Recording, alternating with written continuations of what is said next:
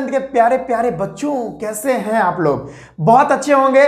तो finally CBSE जो है टर्म 2 का एग्जाम कब लेने वाली है उसका डेट रिलीज कर चुकी है। तो आप जैसा मेहनत कर रहे थे आप उससे दुगुना मेहनत अब करना चालू कर दीजिए। और आपके सपोर्ट में मैं केमिस्ट्री का एक चैप्टर आपके सामने लेके आ गया हूं, that is carbon and its compound. हालांकि ये मैंने चैप्टर पढ़ा चुका हूं। ये चैप्टर में कब का पढ़ा दिया, तो ये फिर से पढ़ाने का क्या कारण है आप पूछोगे? इसका यही कारण है बच्चों, क्योंकि यार देख लो ना, क्योंकि मैंने ये जो पढ़ाया था, जो पूरा होल चैप्टर पढ़ा दिया ना, तो क्या है कि सीबीएसई इस चैप्टर में से बहुत सारे टॉपिक्स को रिड्यूस कर दी है, उसको डिलीट कर दी है। तो भाई अब जो मैंने पढ़ा चुका हूं वो बात, तो उसमें जो डिलीट कर दी है वो भी है, जो डिलीट नहीं की है वो भी है, तो आपको प्रॉब्लम हो जाएगा। तो ये जो वीडियो में लाया हूं जिसमें सिर्फ और सिर्फ टर्म 2 में क्या क्या आने वाले हैं कार्बन एंड इट्स कंपाउंड से, बस वही चीज मैं आपको पढ़ाने वाला हूं। कोई भी एक्स्ट्रा चीज नहीं पढ़ाऊंगा। अगर जिन लोगों को नॉलेज के लिए पढ़ना है तो वो जाके मेरा वीडियो देखें, कार्बन एंड इट्स कंपाउंड वाला, लिखिएगा carbon and its compound bye विजेता सर, पूरा प्लेलिस्ट आ जाएगा, वहां सारा वीडियो वहां पर पड़ा हुआ है, तो वहां पर आप देख सकते हैं नॉलेज के लिए। लेकिन जो बच्चे सिर्फ और सिर्फ टर्म 2 के लिए पढ़ना चाहते हैं, बेहतर मार्क्स लाना चाहते हैं, तो वो इस वीडियो को बहुत अच्छे से बारीकी से देखे समझे। और जब भी मैं पढ़ाता हूं ना, जब भी मैं पढ़ाता हूं तो नोट्स बनाना शुरू कर दे, क्योंकि ये जो मैं नोट्स लाता हूं एकदम बारीकी से खुद पढ़कर और बहुत समय देकर ये नोट्स बनाता हूं। तो इसी के लिए बच्चों आप क्या करो, जब भी मेरा लेक्चर देख रहे हो तो भाई नोट्स लेकर नोट करना चालू कर दो। तो आइए भाई, बहुत सारा बात हो गया, आइए हम शुरुआत करते हैं चैप्टर का। ठीक है, carbon and its compound NCERT के हिसाब से देखें तो चौथा चैप्टर है।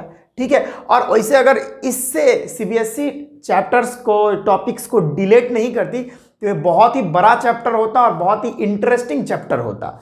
ठीक है ना, लेकिन अब तो बहुत छोटा हो गया, लेकिन फिर भी छोटा हो गया है, फिर भी हम बहुत सारा डिटेल में इस चीज को देखेंगे। जितना भी टर्म है, जैसे हो गया इंट्रोडक्शन ऑफ कार्बन, कार्बन के बारे में क्या क्या इंट्रोडक्शन है, क्या क्या इंपॉर्टेंस है कार्बन का। ठीक है, कोवेलेंट बॉन्ड, कितने टाइप के कोवेलेंट बॉन्ड होते हैं वो सारा हम देखेंगे। कार्बन का जो वर्सेटाइल नेचर है उसके बारे में अध्ययन करेंगे, और होमोलोगस सीरीज जो है उसको भी डिटेल से देखेंगे। तो बस इतना ही सारा टॉपिक्स को हमको इस चैप्टर में देखना है टर्म 2 के हिसाब से। तो बहुत छोटा हो गया, लेकिन फिर भी हम इसको बहुत डिटेल में देखेंगे, बहुत अच्छी अच्छी बातों को यहाँ पर ध्यान देंगे। आइए अब यहाँ पर ध्यान दीजिए, क्या है carbon and its compound, term 2 के लिए हम लोग पढ़ रहे हैं। तो कार्बन क्या होता है भाई? कार्बन एक नॉन मेटल होता है। कार्बन क्या होता है भाई? ध्यान से, कार्बन नॉन मेटल होता है। कोई आप बता सकते हैं नॉन मेटल क्यों होता है? क्यों होता भाई? क्योंकि कार्बन जो है ना, अब कार्बन और कार्बन के बीच में जो बॉन्ड बनेगा वो बनेगा कोवेलेंट बॉन्ड। तो जब भी कोवेलेंट बॉन्डिंग होती है तो वो जो बनाने वाला एलिमेंट होता है वो नॉन मेटल होता है। वैसे नॉन मेटल पहचानने का बहुत सारा तरीका होता है, लेकिन एक तरीका ये भी है जो मैं आपको बता दिया। अगर भाई नॉन मेटल और नॉन मेटल के बीच में जो बॉन्ड बनता है वो कोवेलेंट बॉन्ड होता है ना, तो कोवेलेंट बॉन्ड जहां पर भी बन गया तो समझ लीजिए कि वो दो एलिमेंट जो मिलकर वो कोवेलेंट बॉन्ड बनाया था, वो दो एलिमेंट क्या होगा? नॉन मेटल होगा। इसी के लिए यहां पर कार्बन क्या होता है भाई? नॉन मेटल होता है। आगे देखिए, कार्बन का जो एटॉमिक नंबर है ये 6 होता है। ये तो सभी को पता होगा, बच्चे को पता है ये सारा चीज। ठीक है, अच्छा, कार्बन का जो एटॉमिक मास होता है वो भी लिख लीजिए। एटॉमिक मास जो कार्बन का होता है वो होता है 12 यूनिट। ठीक है, कार्बन का जो मास होता है वो 12 यूनिट होता है, एक कार्बन के एटम का मास। अगर हम कार्बन के इलेक्ट्रॉनिक कॉन्फ़िगरेशन की बात करें तो वो K सेल में 2 इलेक्ट्रॉन और L सेल में 4 इलेक्ट्रॉन्स प्रेजेंट होते हैं। लेकिन अगर हम इस एक और तरह का इलेक्ट्रॉनिक कॉन्फ़िगरेशन होता है, ये भी मैं बता चुका हूं, He2s2 2p2। यहां पर He बोले तो यहां पर 2 इलेक्ट्रॉन हो गया ना, He बोले तो ये नोबेल गैस यहाँ पे लिखना पड़ता है, ये रूल है। ठीक है, वो सारा बताऊंगा, क्लास 11th में डिस्कस करना है इसको। तो ये भी एक इलेक्ट्रॉनिक कॉन्फ़िगरेशन होता है जहां पर ये तो 2 हो गया, यहाँ पर 2 इलेक्ट्रॉन और 2 इलेक्ट्रॉन ऊपर देख रहे हो, 2 इलेक्ट्रॉन यहाँ पे देख रहे हो, तो इक्वल टू 6 इलेक्ट्रॉन तो हो ही गए। तो ये भी एक इलेक्ट्रॉनिक कॉन्फ़िगरेशन होता है कार्बन के एलिमेंट का। अब अगर हम बात करें कि कार्बन जो होता है वह हमारे एटमॉस्फेयर में, हमारे अर्थ क्रस्ट में कितना कितना परसेंट प्रेजेंट है बच्चों। तो देखिए हमारे अर्थ क्रस्ट में यानी जमीन के नीचे, भूमि के नीचे, धरती के नीचे जो हमारा कार्बन प्रेजेंट है वो कार्बन का परसेंटेज कितना है 0.02%। काफी हद तक बहुत ही ज्यादा कम है, लेकिन कम होने के बावजूद भी इसका इतना महत्व है, इतना ज़्यादा इंपॉर्टेंस है कार्बन, इतना ज़्यादा हमारे लाइफ में इंपॉर्टेंस रखता है जिसका औरो अंत नहीं है। इसी के लिए बारीकी से सारे बातों को ध्यान देते जाए और नोट्स बनाना एकदम चालू कर दे। अगर आपको 95% मार्क्स लाना है, साइंस में स्पेशली बात कर रहा हूं, तो जो भी मैं पढ़ा रहा होता हूं सारा का नोट्स बनाते हुए चले, तभी तो आपको फायदा होगा, अन्यथा क्या होगा भाई। हाँ, तो देखिए जो अर्थ क्रस्ट में जो हमारा कार्बन प्रेजेंट है वो 0.02% है in the form of minerals. Minerals के फॉर्म में प्रेजेंट होता है 0.02%। अब मिनरल्स में भी क्या, कार्बोनेट के फॉर्म में, ठीक है, हाइड्रोजन कार्बोनेट के फॉर्म में कुछ कार्बन प्रेजेंट होंगे। कोल में भी, कोल जो होता है कोयला में भी कार्बन प्रेजेंट होता है। पेट्रोलियम जो होते हैं, क्रूड ऑयल, उसमें भी कार्बन प्रेजेंट होता है। तो समझ सकते हो कि यहाँ जो हमारे धरती के नीचे से जो कार्बन है वो कितना है 0.02% है, और वो मिनरल्स के फॉर्म में होते हैं। और ये सारा मैंने मिनरल्स का नाम ही बता दिया, और सारे मिनरल्स होते हैं, कितना गिनाऊं यार, इतना काफी है। अब हमारे एटमॉस्फेयर में बात कर ले, हमारा जो वायुमंडल है एटमॉस्फेयर, उसमें कितना परसेंट हमारा कार्बन प्रेजेंट होता है, वो होता है 0.03% कार्बन प्रेजेंट होता है। और वो किसके फॉर्म में, तो कार्बन डाइऑक्साइड के फॉर्म में। जानते ही हो कि हमारे एटमॉस्फेयर में कार्बन डाइऑक्साइड प्रेजेंट है, और कार्बन डाइऑक्साइड में भी तो कार्बन प्रेजेंट है, देख रहे हो ना यहाँ पे। हाँ बच्चों, यह सही समझ रहे हो यार, आप बहुत इंटेलिजेंट हो यार, आप बहुत समझदार हो। बस आप मेहनत से पढ़ाई करते रहो, आप दुनिया जीतोगे। हमेशा इस बात को याद रखिएगा, और मेरा जो बात है उसको ध्यान में रखना ही रखना होगा आपको, और मेहनत तो करना है। बस आप मेहनत करके तो देखिए, मेहनत करके तो देखिए, आप जरूर दुनिया को जीतोगे। हाँ, अपने आप पर विश्वास रखना है हर एक चीज में। अब इतना बात तो समझ गए, कार्बन के बारे में कुछ बातें थी जो आपने समझ ली, लेकिन कार्बन के बारे में हम क्यों पढ़ रहे हैं। वैसे अगर हम बात करें तो कार्बन के बारे में अगर क्लास 11th में हम इंटर करेंगे तो ऑर्गेनिक केमिस्ट्री हम लोग को पढ़नी होती है, और वो पूरा होल ऑर्गेनिक केमिस्ट्री, कार्बन या डायरेक्ट कह लो तो हाइड्रोकार्बन के बारे में अध्ययन करना है, पूरा होल ऑर्गेनिक केमिस्ट्री। समझ सकते हो कि कार्बन कितना महत्व रखता है कि उसके लिए एक अलग सा केमिस्ट्री ही बन गया। समझ रहे हो, हमारे पीरियोडिक टेबल में अप्रॉक्स 119 एलिमेंट्स प्रेजेंट है, लेकिन अगर स्पेशली बात करें तो सिर्फ एक कार्बन के लिए ही पूरा ऑर्गेनिक केमिस्ट्री बन गया। तो समझ सकते हो यार ऑर्गेनिक केमिस्ट्री कितना ज़्यादा इंपॉर्टेंट है हमारे लिए। तब तो हम यहाँ पर कार्बन के बारे में हम लोग पढ़ रहे हैं। कार्बन बहुत ही इंपॉर्टेंट एलिमेंट है, इसी के लिए हम इसके बारे में पढ़ रहे हैं। आगे हम बताएंगे versatile nature of carbon. Carbon का जो एक वर्सटाइल नेचर होता है वो तो सबसे खतरनाक होता है, समझ में आया। तो कार्बन या डायरेक्ट कह लो तो हाइड्रोकार्बन्स के बारे में जो स्टडी होता है वो हम ऑर्गेनिक केमिस्ट्री में करते हैं, ठीक है ना। तो ये सारा जो चीज़ पढ़ा रहा हूँ ये सारा ऑर्गेनिक केमिस्ट्री में इंक्लूड होता है। अब इंपॉर्टेंस ऑफ कार्बन, कार्बन का महत्व क्या है। महत्व बहुत ही ज़्यादा है, तभी तो ये चैप्टर हम पढ़ रहे हैं बच्चों। क्या है पहला कि carbon acts as a macro nutrients for the body in carbohydrates form. देखिए न्यूट्रिएंट्स जो होता है उसका दो टाइप होता है, बायोलॉजी में तो पढ़े ही होंगे आप, एक मैक्रो न्यूट्रिएंट्स और एक माइक्रो न्यूट्रिएंट्स। तो हमारा जो कार्बन होता है ना वो कार्बोहाइड्रेट्स में प्रेजेंट रहता है एज अ मैक्रो न्यूट्रिएंट्स के फॉर्म में। ये जो है कार्बोहाइड्रेट में कार्बन प्रेजेंट होता है, समझ में आया। और वो जो कार्बोहाइड्रेट होता है ना उसमें जो कार्बन की संख्या होती है, उसमें जो कार्बन का अमाउंट होता है वो बहुत ही ज़्यादा लार्ज अमाउंट होता है, यानी बहुत ही ज़्यादा हाई होता है। समझ में आया ना। कार्बोहाइड्रेट्स में जो कार्बन का अमाउंट होता है, कार्बन का जो नंबर होता है वो बहुत ही ज़्यादा होता है वहाँ पर। अगर हम अगली बात करें इंपॉर्टेंस कार्बन की, वो है कंपाउंड सच एज प्रोटीन।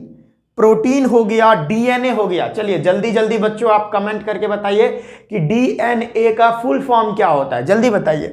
तो जैसे आप बात कर लो प्रोटीन की, आप बात कर लो डीएनए की, आप बात कर लो फैट की, आप बात कर लो लिपिड्स की, ये सारे चीजों के अंदर क्या होता है, कार्बन प्रेजेंट होता है। और ये सारा चीज हमारे शरीर के अंदर प्रेजेंट है। तो इवन हम बात करें तो हमारा जो पूरा होल शरीर है ना, वो पूरी तरह से कार्बन से मिलके बना है। मतलब पूरी तरह से तो नहीं, लेकिन ज्यादातर जो है ना कार्बन से ही मिलके बना है। तो हमारे शरीर के अंदर भी कार्बन है। तो कितना इंपॉर्टेंस रखता है ये कार्बन, आप खुद ही समझ सकते हो।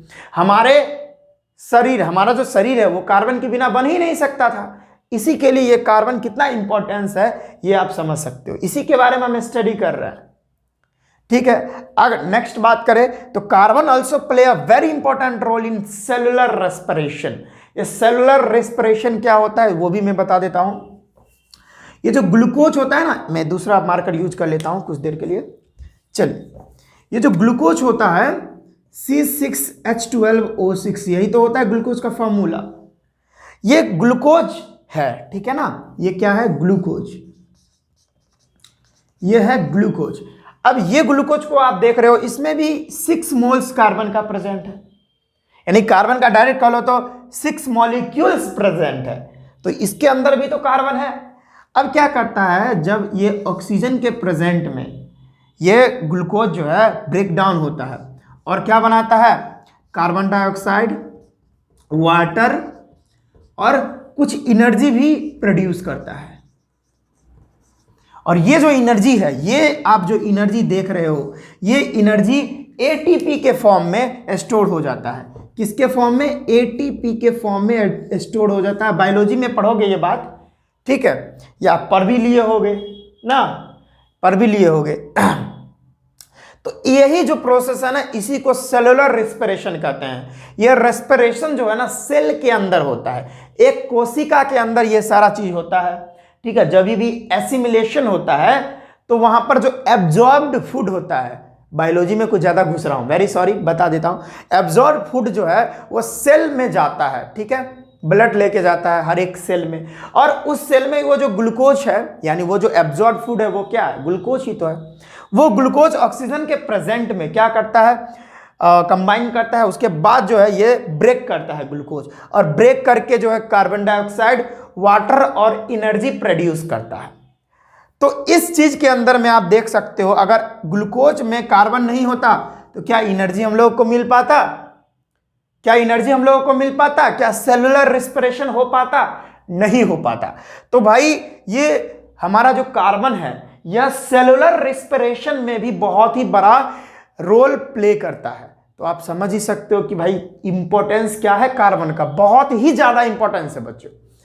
तो ये सारी बातें थी कार्बन के बारे में, कुछ इंट्रोडक्शन दिया मैंने कार्बन का, और कार्बन हमारे जीवन में कितना इंपॉर्टेंस रखता है ये भी मैंने बात बता दी है।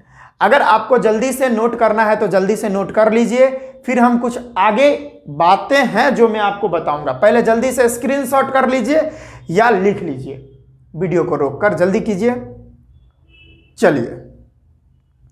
चलिए बच्चों, तो आपने ये सारा चीज नोट कर लिया होगा।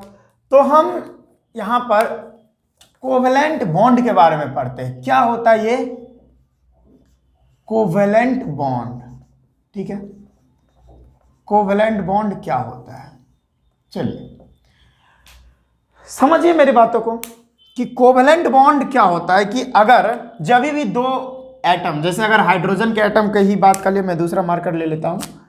अगर आप हाइड्रोजन के एटम का बात करें, ये हाइड्रोजन एक एटम है, इसका वाला एक इलेक्ट्रॉन, एक दूसरा हाइड्रोजन का एटम है उसका वाला एक इलेक्ट्रॉन, ये दोनों इलेक्ट्रॉन अगर ये शेयर कर लेता है, तब इस दोनों एटम के बीच में जो इलेक्ट्रॉन जहां से शेयर हुआ उसके बीच में एक बॉन्ड बन जाता है। क्या बन जाता है, एक बॉन्ड बन जाता है। और उसी बॉन्ड को क्या बोलते हैं हम, उसी बॉन्ड को बोलते हैं कोवेलेंट बॉन्ड। हालांकि ये बॉन्ड बहुत वीक होता है, लेकिन बनता तो है। कब बनता है, जब दो नॉन मेटल एटम के बीच में, याद रखिए, पहले इसको मिटा देता हूं और याद रखिएगा, जब दो नॉन मेटल एटम के बीच में, याद रखिएगा, ये जो कोवेलेंट बॉन्ड होता है वो non metal plus non metal atom के बीच में ही बनता है क्या, कोवेलेंट बॉन्ड।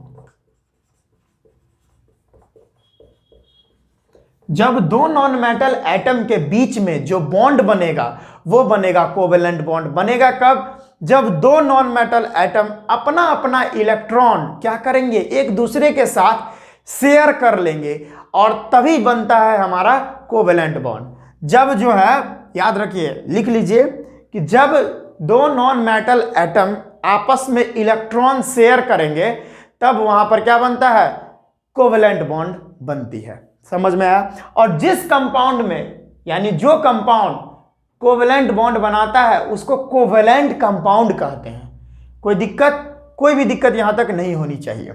समझ में आया।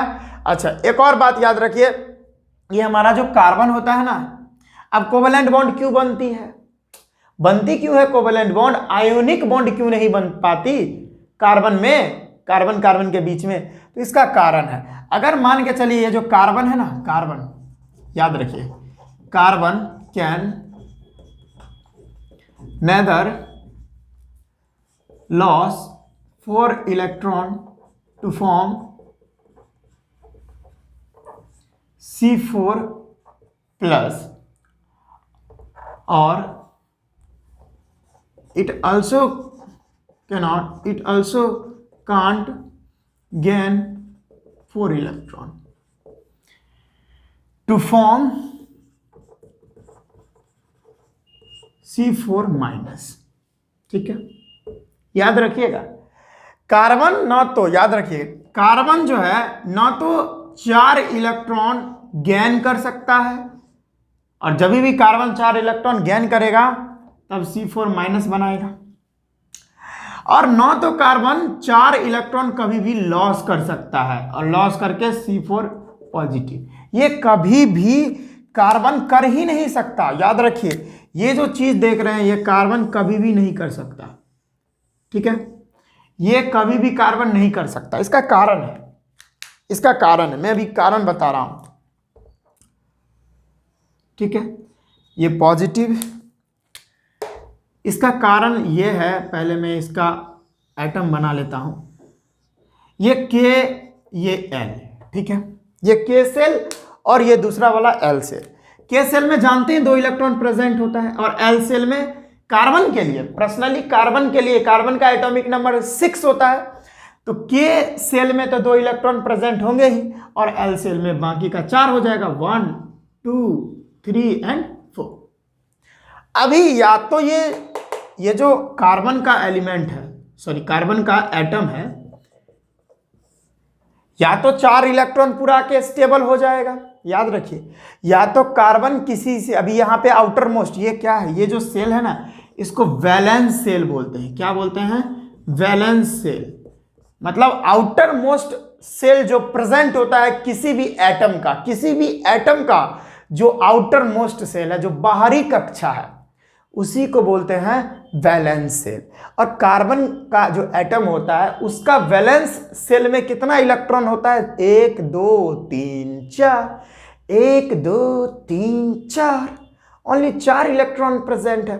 तो आप जानते हो कि स्टेबल होने के लिए स्टेबल होने के लिए इसको क्या चाहिए, या तो ये 4 इलेक्ट्रॉन किसी से लेकर 8 इलेक्ट्रॉन वैलेंस सेल में पुरा लेगा, या तो ये चारों इलेक्ट्रॉन किसी को देकर लॉस करके डुप्लेट पुरा लेगा, यहां पर 2 इलेक्ट्रॉन पुरा लेगा बाहरी कक्षा में, आउटर मोस्ट सेल में, तभी तो वो स्टेबल हो सकता है।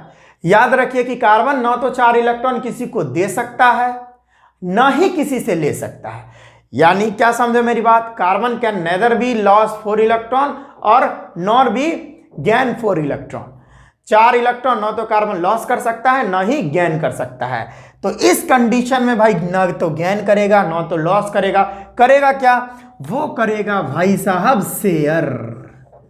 शेयर करता है। यहां पर कार्बन इलेक्ट्रॉन ना कभी लॉस करता है ना कभी गेन करता है। ठीक है, यानी डायरेक्ट कह लो तो कार्बन कभी भी जो है ना तो केटाइन बनाता है ना ही एनाइन बनाता है। कार्बन कभी भी कैटायन एनाइन नहीं बना सकता। कार्बन इलेक्ट्रॉन का शेयरिंग करता है, ठीक है, साझा करता है। इसी के लिए वो जो कार्बन जितने सारे कंपाउंड्स बनाता है, उस कंपाउंड्स के बीच में जो बॉन्ड होते हैं, दो एलिमेंट्स के, दो एटम्स के बीच में जो बॉन्ड बनते हैं वो होते हैं कोवेलेंट बॉन्ड। क्यों? क्योंकि नॉन मेटल और नॉन मेटल, दो नॉन मेटल होंगे तभी तो कोवेलेंट बॉन्डिंग बनेगी। और याद रखिए, जब भी इलेक्ट्रॉन का शेयरिंग होता है, जब भी इलेक्ट्रॉन का शेयरिंग होता है, तब यहां पर कोवेलेंट बॉन्ड बनते हैं। और याद रखिए, कोवेलेंट बॉन्ड जो है ना, सिर्फ नॉन मेटल ही बना सकते हैं, मेटल कभी नहीं बनाएंगे ना, ये बात याद रखिएगा। तो इतनी सारी बातों को जल्दी से आप नोट कर ले, मैं थोड़ा साइड हो लेता हूं। चलिए बच्चों, आपको समझ में आया? चलिए मैं इसको मिटा देता हूं थोड़ा। आपको समझ में ये आया कि कोवेलेंट बॉन्ड कब बनता है? जब दो नॉन मेटल एटम के बीच में इलेक्ट्रॉन का शेयरिंग होता है, तब बनता है कोवेलेंट बॉन्ड। अब कोवेलेंट बॉन्ड का भी बहुत सारा टाइप होता है, कोवेलेंट बॉन्ड का भी बहुत सारा टाइप होता है। कोवेलेंट बॉन्ड का बहुत सारा टाइप, बहुत सारा बोले तो 3 ही होता है, वैसे 3 टाइप होता है। तीनों को हम अभी देख लेते हैं। एक होता है सिंगल बॉन्ड या सिंगल कोवेलेंट बॉन्ड, डायरेक्ट हम सिंगल बॉन्ड ही लिख लेते हैं। एक होता है डबल बॉन्ड, एक होता है डबल बॉन्ड, और तीसरा होता है ट्रिपल बॉन्ड, ट्रिपल बॉन्ड, ठीक है। अब सिंगल बॉन्ड क्या हो भाई? सिंगल बॉन्ड क्या हुआ? जब दो नॉन मेटल एटम के बीच में, जब दो नॉन मेटल या दो से ज्यादा भी हो सकते हैं, ऐसा मैं नहीं बोल रहा, जब उन सारे के बीच में सिंगल पेयर इलेक्ट्रॉन का शेयरिंग होता है, तब बनता है सिंगल बॉन्ड।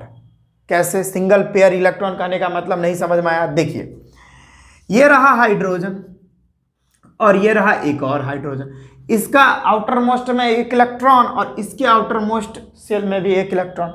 अब ये दोनों शेयर करेगा, तो आप बताइए एक पेयर में कितना इलेक्ट्रॉन हो सकता है? या कोई भी चीज एक पेयर में लेते हैं तो 2 होता है, तो यहां पर एक पेयर इलेक्ट्रॉन क्या हुआ? शेयर हुआ है। तो इसी के लिए जब भी दो नॉन मेटल एटम के बीच में सिंगल पेयर इलेक्ट्रॉन शेयर होगा, यानी 2 इलेक्ट्रॉन शेयर होगा, यानी डायरेक्ट कह लो तो एक पेयर इलेक्ट्रॉन साझा होगा, शेयर होगा, तो वहां पर क्या बनेगा? सिंगल बॉन्ड बनेगा। इसका बहुत सारा एग्जाम्पल है, जैसे मैं बता दूं आपको, ठीक है। दूसरा मार्कर यूज कर लेता हूं, जैसे H2 हो गया, दूसरा Cl2 हो गया, तीसरा अगर मैं बात करूं F2 हो गया, ठीक है। ये सारा जो देख रहे हैं, ये क्या हो गया? ये सारा सिंगल बॉन्ड बनाता है, ठीक है। क्या बनाता है? सिंगल बॉन्ड बनाता है। अब देखिए, ये दोनों सब नॉन मेटल है तो कोवेलेंट बॉन्डिंग ही बनेगी। डबल बॉन्ड क्या होता है? जब दो नॉन मेटल एटम के बीच में, याद रखिएगा, वैसे तो ये सारा मेटल एंड नॉन मेटल में ही हमको पढ़ा देना चाहिए था, लेकिन चलिए अगर बात आ गई है तो बता देता हूं, क्या दिक्कत है। डबल बॉन्ड कैसे बनेगी भाई? जब दो नॉन मेटल एटम के बीच में डबल पेयर इलेक्ट्रॉन शेयर होता है, डबल पेयर इलेक्ट्रॉन शेयर होता है, तब बनता है डबल बॉन्ड। एग्जाम्पल लीजिए ना भाई, मैं दे रहा हूं C2H4, ठीक है, इथीन, समझ में आ रहा है? और भी बहुत सारा, जैसे O2 ऑक्सीजन, समझ में आ रहा है? जैसे CO2। यहां ये सारे मॉलिक्यूल्स जो देख रहे हैं, ये सभी में क्या होंगे? कोवेलेंट बॉन्ड बनेंगे, और वो भी कौन? डबल बॉन्ड बनेंगे। जैसे कार्बन डाइऑक्साइड का मैं बना के बता देता हूं, कार्बन 2 इलेक्ट्रॉन इधर, 2 इलेक्ट्रॉन इधर। ऑक्सीजन इसमें 6 होते हैं आउटर मोस्ट में, और एक और ऑक्सीजन इसमें भी 6 होते हैं। तो इस तरह से यहाँ पे देखिए 2 पेयर इलेक्ट्रॉन इधर से शेयर और ये इधर से शेयर, और यही जो है कार्बन जो है यहाँ पर डबल बॉन्ड बनाता है ऑक्सीजन के साथ, तो यहाँ पर डबल बॉन्ड बन जाती है। ये सारा चीज आप पढ़ चुके हो मेटल एंड नॉन मेटल में, इसी के लिए मैं डिटेल में नहीं बता रहा, ये सारा चीज आप पढ़ चुके हो। ट्रिपल बॉन्ड कैसे बनेगी, इसका एग्जांपल क्या होगा? जैसे हम बात करें C2H2, इसको बोलते हैं इथाइन। अब इसका नाम मैं कैसे लिख रहा? इसका इथाइन, इसका मैं इथीन बोला था, ये सब मैं कैसे लिख रहा? तो ये चीज आपके सिलेबस से रिड्यूस कर दी गई है, डिलीट कर दी है। वो क्या था, IUPAC नोमेनक्लेचर। उसमें मैं बताता ये जो ऑर्गेनिक कंपाउंड है उसका नेमिंग जो है, एक संस्था है IUPAC, international union of pure and applied chemistry, वही नेमिंग करती है ऑर्गेनिक कंपाउंड का। तो वो तो आपके सिलेबस से रिड्यूस कर दिया गया है कार्बन एंड इट्स कंपाउंड से, तो उसको मैं नहीं पढ़ाऊंगा, लेकिन जहां जहां पर जरूरी होगा वो मैं थोड़ा बता ही दूंगा, कोई दिक्कत नहीं है। तो इसका नाम इथाइन है। इस दोनों के बीच में जो है ट्रिपल बॉन्डिंग बनती है। कैसे, तो देखिए कार्बन यहाँ पे ट्रिपल बॉन्ड शेयर, यहाँ पर ट्रिपल और यहाँ पर एक एक, 4 हो गया। अब यहाँ से एक हाइड्रोजन और यहाँ से एक हाइड्रोजन, यहाँ तो सिंगल बॉन्ड बन जाएगी, लेकिन यहाँ पे ट्रिपल बॉन्ड बन जाएगी। देख रहे हो यहाँ पे, तो यहाँ पे 3 पेयर इलेक्ट्रॉन का क्या हो रहा है, शेयरिंग हो रहा है 2 कार्बन एटम के बीच में। और वो क्या, ये सारा तो नॉन मेटल ही है ये दोनों। तो यहां भी कोवेलेंट बॉन्ड बनी है, लेकिन कौन, ट्रिपल बॉन्ड बनी है, क्योंकि 3 पेयर इलेक्ट्रॉन शेयर हो रहा है। आप देख रहे हो यहां पर, समझ में आया? तो आप समझ गए कि कोवेलेंट बॉन्ड क्या होता है, कोवेलेंट बॉन्ड के कितने टाइप होते हैं, single bond, double bond, triple bond. और एक बात आप याद रख लिए कि कोवेलेंट बॉन्ड में जैसे अगर कार्बन हो गया तो वो 4 इलेक्ट्रॉन ना तो लॉस कर सकता है ना ही गेन कर सकता है। डायरेक्ट कह लो तो कार्बन ना तो केटाइन बना सकता है ना ही एनाइन बना सकता है। ठीक है, कार्बन क्या करता है, इलेक्ट्रॉन को शेयर करके स्टेबल होता है। कार्बन कैसे स्टेबल होता है, तो इलेक्ट्रॉन को शेयर करके कार्बन स्टेबल होता है, ऐसे स्टेबल नहीं होता है, गेन लॉस करके स्टेबल नहीं होता है। और कार्बन इलेक्ट्रॉन का शेयरिंग करके स्टेबल होता है। इसी के लिए कार्बन का जितना सारा कंपाउंड होता है, कार्बन जितना सारा कंपाउंड बनाता है, वो सारा कंपाउंड के जो एलिमेंट्स होते हैं उसके बीच में जो बॉन्ड बनता है वो कोवेलेंट बॉन्ड ही बनता है। समझ में आया? तो कोवेलेंट बॉन्ड का टाइप भी आप समझ गए। तो ये था वीडियो का पहला पार्ट।